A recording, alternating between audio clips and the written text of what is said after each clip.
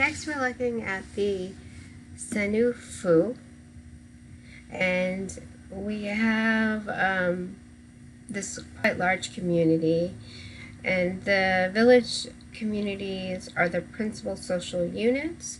Each community is divided into distinct residential areas or wards. A single community may contain 2 or 3 wards, and each ward has specific groups living in them. So for example, you might have in one ward the blacksmiths living. The men are the blacksmiths and the women are making pottery. Or another ward, you might have farmers living. And each of these groups, each of these wards, has their own language that they're speaking. So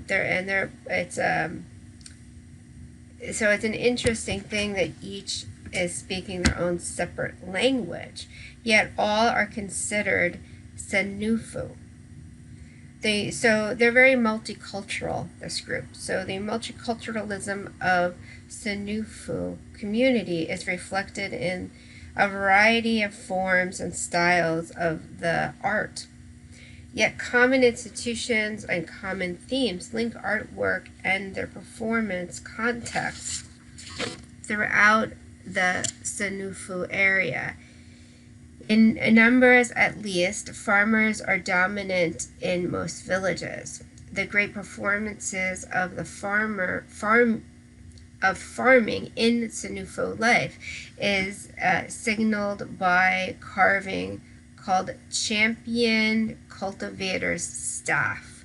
Most of these works depict a seated girl in very youthful, as I'm showing you here, with full breasts and often looking as though she is pregnant.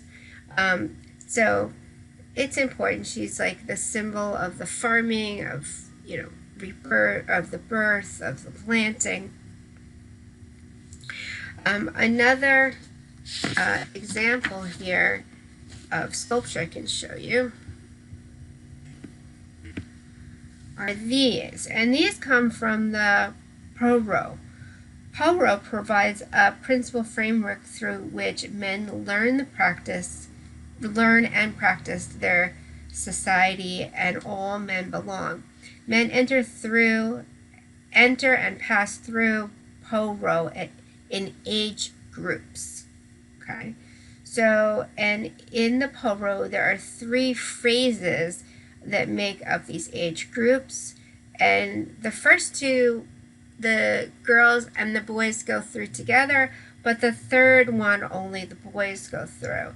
And this is actually, we would consider them men at this point, because the third group is when they're age 28 to 32.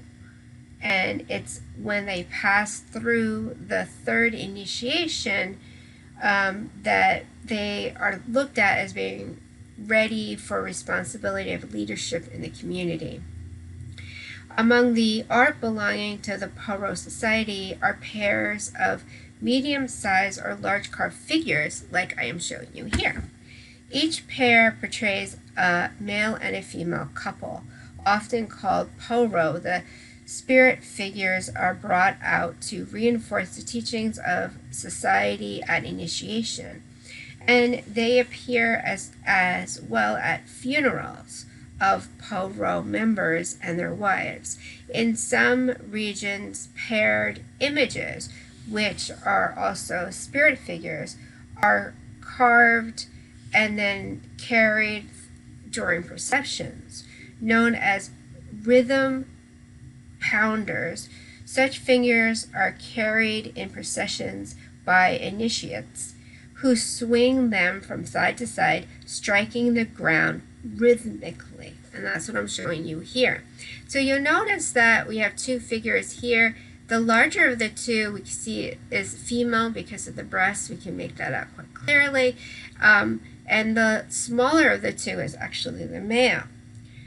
So this is said, the striking of the ground rhythmically is said to purify the earth and to call ancestral spirits spirits to participate in the rituals. The male figures, as I pointed out here, are smaller, and they wear this headdress, this special headdress. And the men are actually smaller because it's a matriarchal society, meaning the women are in charge. It's dominated by the female presence, often found in such pairing, and it reflects the importance of the females in Sinufu life by just the sheer size, showing her importance.